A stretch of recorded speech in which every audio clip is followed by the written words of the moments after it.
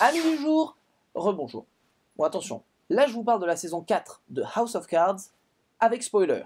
C'est sans pitié, c'est vraiment là genre j'y vais comme si vous l'aviez vu.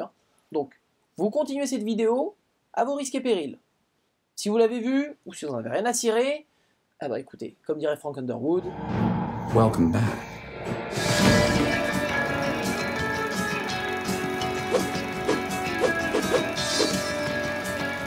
sans plus d'introduction, je reviens au gimmick de la série, les fameux soliloques, qui avaient eu une utilisation judicieuse dans la saison 1, et même magistrale pour le premier épisode de la saison 2, juste après la mort de Zoe Barnes, où Frank profitait du spectateur horrifié pour lui faire une leçon magistrale.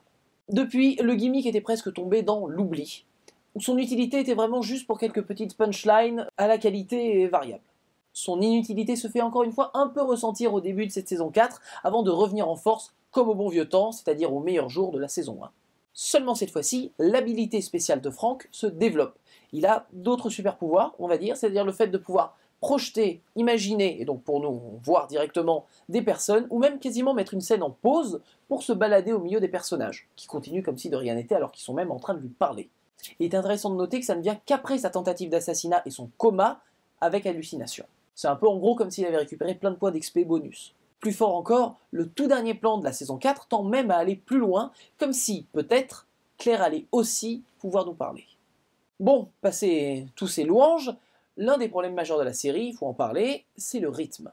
Personnellement, j'ai pas vraiment de problème avec ça, il est vrai que souvent la lenteur narrative de la série au niveau de ses arcs ne s'avère pas payante.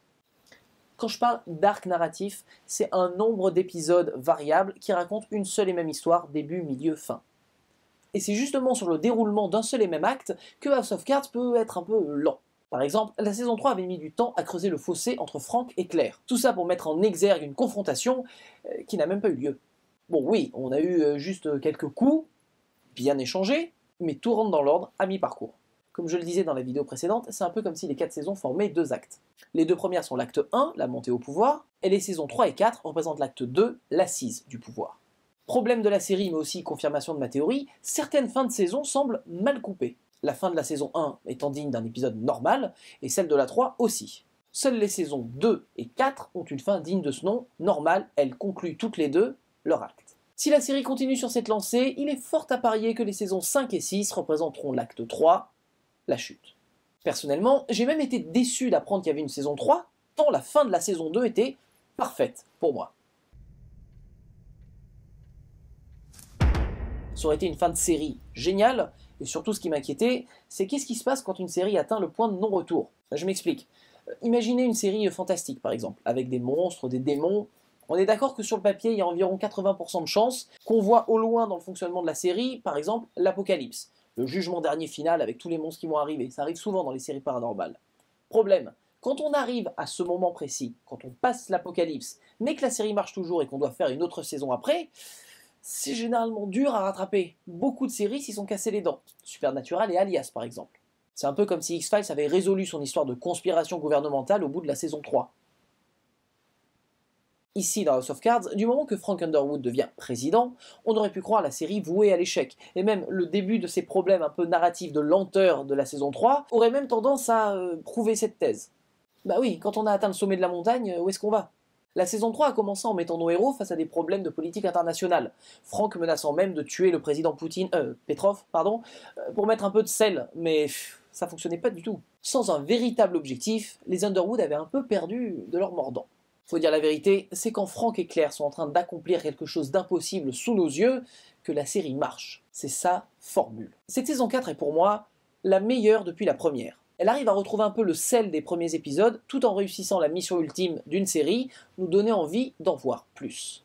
L'arc narratif d'opposition entre Frank et Claire se conclut, suite à une épiphanie post-comateuse de Frank, et la série peut enfin revenir au charbon, sans surprise, c'est là où elle est à son meilleur. Fini les errances interminables de Doug Stamper en saison 3, les lamentations des uns et des autres, et l'opposition Frank et Claire. Non, à partir du milieu de saison, nous revenons ici à ce que les Underwood savent faire de mieux, la manipulation. Ici, avec un objectif précis, faire de Claire la vice-présidente. Cette idée, d'abord honnie par Frank, trouve en fait sa valeur après son coma. Absent pendant au moins 2 épisodes, Frank n'apparaît qu'au travers d'hallucinations embrumées de son cerveau baignant dans l'ammoniaque. Narrativement parlant, c'était plus ou moins nécessaire pour permettre à Claire de non pas prendre l'ascendant, mais de faire ses preuves. Ce qu'elle fit, et ce qui au bout du compte va ressoudre le couple maudit. De retour, Frank s'excuse, approuve l'idée de Claire, elle sera sa vice-présidente. Mais seulement, c'est impossible. Et pourtant, les Underwood parviennent pourtant à gérer leur basse besogne dans l'ombre et en comptant sur la stupidité des masses. Et nous avons ici le parallèle impressionnant que fait la série avec l'élection américaine de 2016. Je sais pas si vous savez, mais il y a cet entrepreneur américain Donald Trump qui dit qu'il a réussi juste parce que papa lui a filé $1 million pour se lancer. Normal. Un mec qui se dit super intelligent et qui est plus con qu'un bidet, qui est pourtant super populaire, avec des idées xénophobes limite racistes, et qui est bien parti pour être le candidat républicain et même le président tout court. Faut dire la vérité, il a probablement le QI d'une huître moldave. Ce parallèle entre la réalité et la série laisse peu de monde indifférent. Comme le dit Kevin Spacey lui-même. This is the truth from the very beginning. When I'm looking directly into that camera, I'm talking to one person and one person only, and that is Donald Trump. You see, extraordinary. Now it all starts to make sense. I think he's getting the messages. Yes, I think he's getting the messages. You're sending him over the TV. Seule erreur de House of Cards, c'est de penser que ces gens néfastes peuvent atteindre le pouvoir au travers de l'intelligence. Alors que l'histoire nous a prouvé que pour être élu, la peur était souvent une valeur sûre, la stupidité, elle, l'est toujours. Au bout du compte, cette saison 4 de House of Cards redonne espoir dans une série qui, même si elle a son rythme à elle tient quand même un univers cohérent, avec des personnages hauts en couleur qu'on adore détester. Ajoutons à cela des intrigues plus mûries, une interprétation toujours impeccable, et on a là encore une fois un très bon cru Netflix. Jusqu'où iront-ils? Verdict.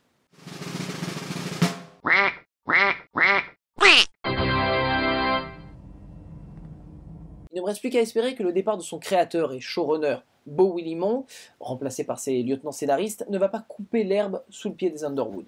Je suis sûr qu'il détesterait ça. Sur ce, amis du soir, bonsoir.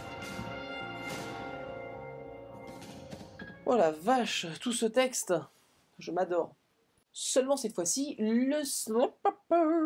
tout cela pour arriver au départ de cette dernière afin de mettre en exergue une confrontation. Oh, comme je le disais dans la vidéo précédente, c'est un peu comme si chaque saison, non pas chaque saison, les 4 saisons formaient 2 actes. 4, 2, 4, 2, 4, 2, 4, 2, 4, 2. Les 2 premières, soit l'acte 1 étant la montée du pouvoir, au pouvoir, 1 étant la montée au pouvoir, et putain, 1, la montée du pouvoir, oh putain 5 et 6, le 3e acte, représentera, très bien, pourquoi pas, quelque chose d'impossible. Et pourtant, waouh, quelque chose d'impossible, c'est l'acting, je pense que je vais avoir 5 Oscars direct. Seule erreur de House of Cards par rapport à ces personnages néfastes, pas méfastes.